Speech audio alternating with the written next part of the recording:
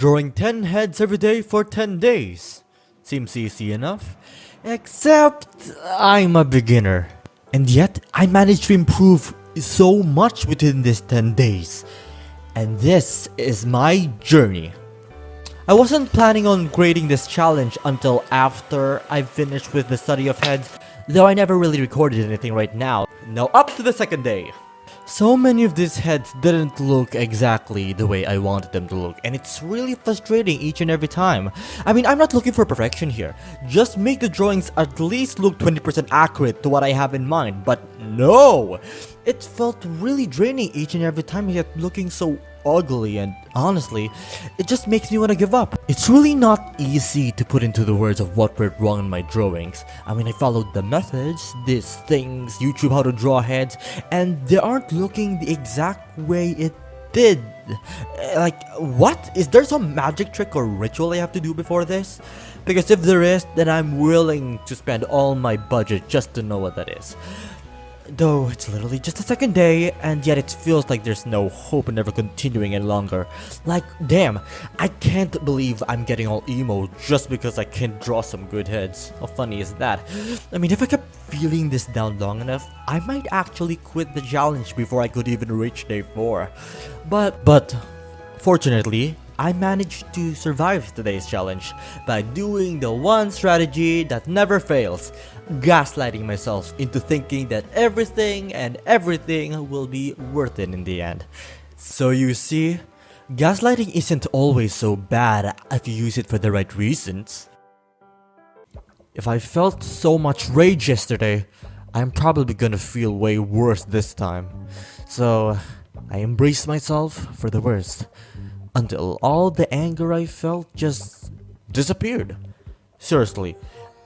Today is still stressful enough, but for some reason, it felt more relaxing. Than the previous days. It's really strange since I expected at least some anger or stress to come shouting at me, and yet, but yeah, I'm not complaining. This gave me more clarity to see what went wrong in my drawings, and the first attention I was drawn to was this particular body part right here. I realized how valuable my eyes can look in my drawing. So while I still am having trouble imagining the eyes and other facial features in different forms, I managed to focus on the head first, creating the form. So I went into Google and used this skeleton blocking head reference thing, which I'll show in the video, along with the head. So while I'm drawing, I pretty much look at these 3 pictures at once to make sure everything looks accurate. And it definitely helped a lot. Take 4! Oh, I decided to watch other artists do their portraits before ever starting this challenge.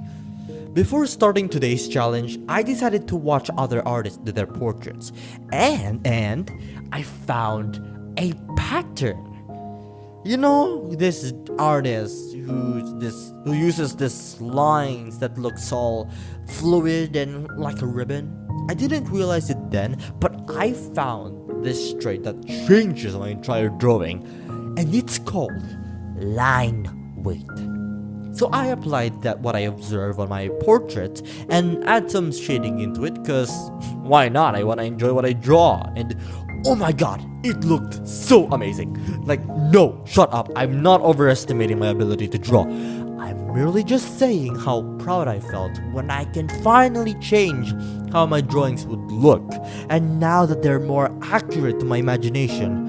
But I don't really know. It feels like I'm only shading my drawing to cover up the mistakes in my form, because it's getting harder to find inaccuracies and mistakes when the head is fully shaded like that.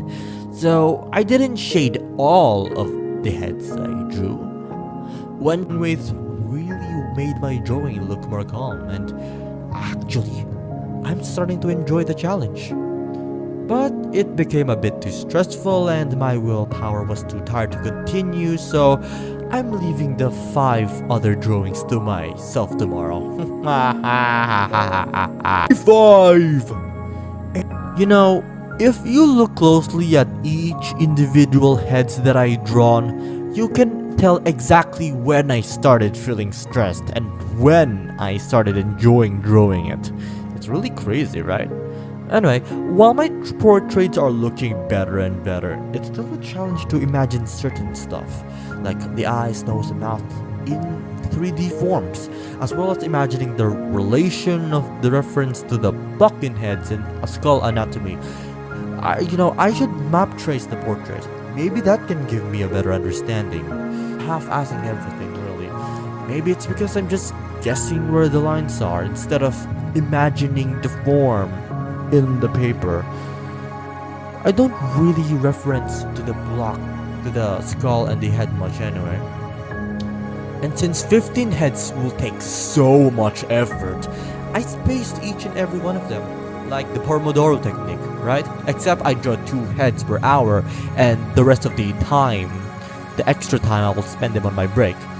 Dang, why did I think of that? Of course it made things less stressful now.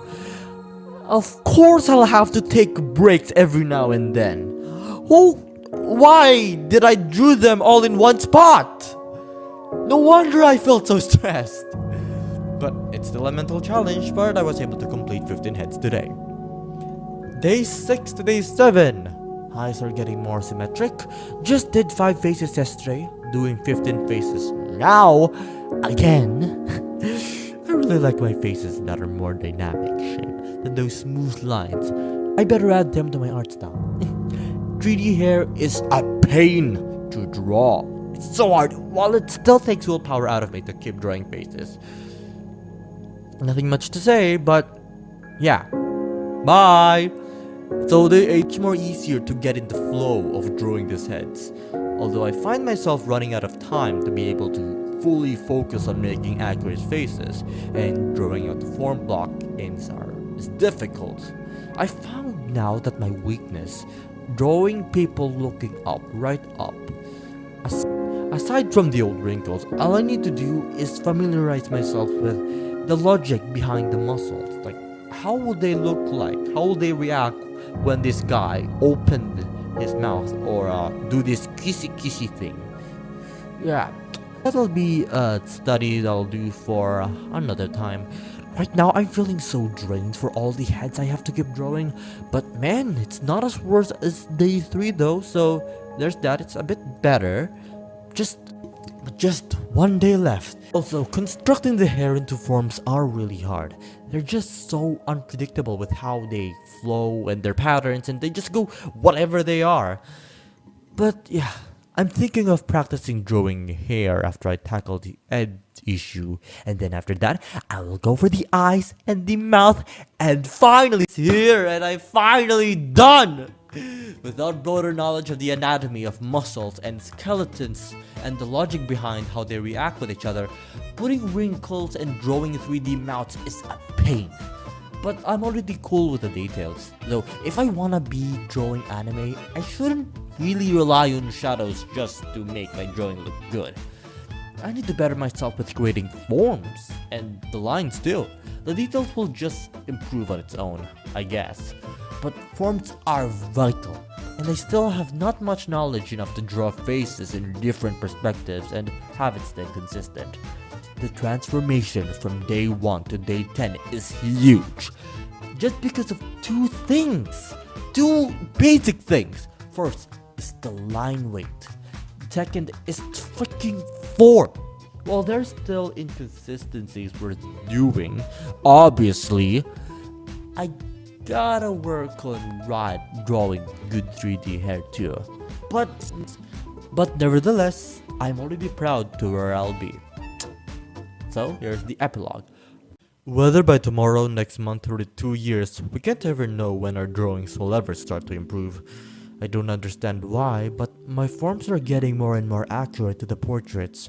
I mean, was it because I also used the skull and blocking as reference too? All I know, everything became so intuitive.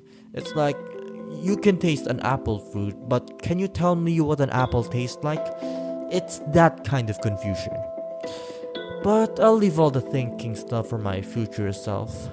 But right now, I gotta work work, work.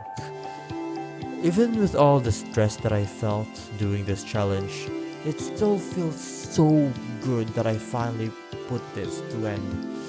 And really, I recommend everybody to start doing this challenge, regardless if they're a beginner or advanced. But actually, if they're a beginner, that's all the more reason to start this challenge. It'll be painful. Drawing cats is not easy, but it'll be worth it. And it'll give you hope that maybe, yeah, you can improve in your art. Even if it'll take so much time. And, well, I still have a lot of hours and references yet to draw to improve. But for now, I'm already happy at where I'm at, and I'll continue improving from here. I mean, it's not like we have a choice. It's either we move up or we move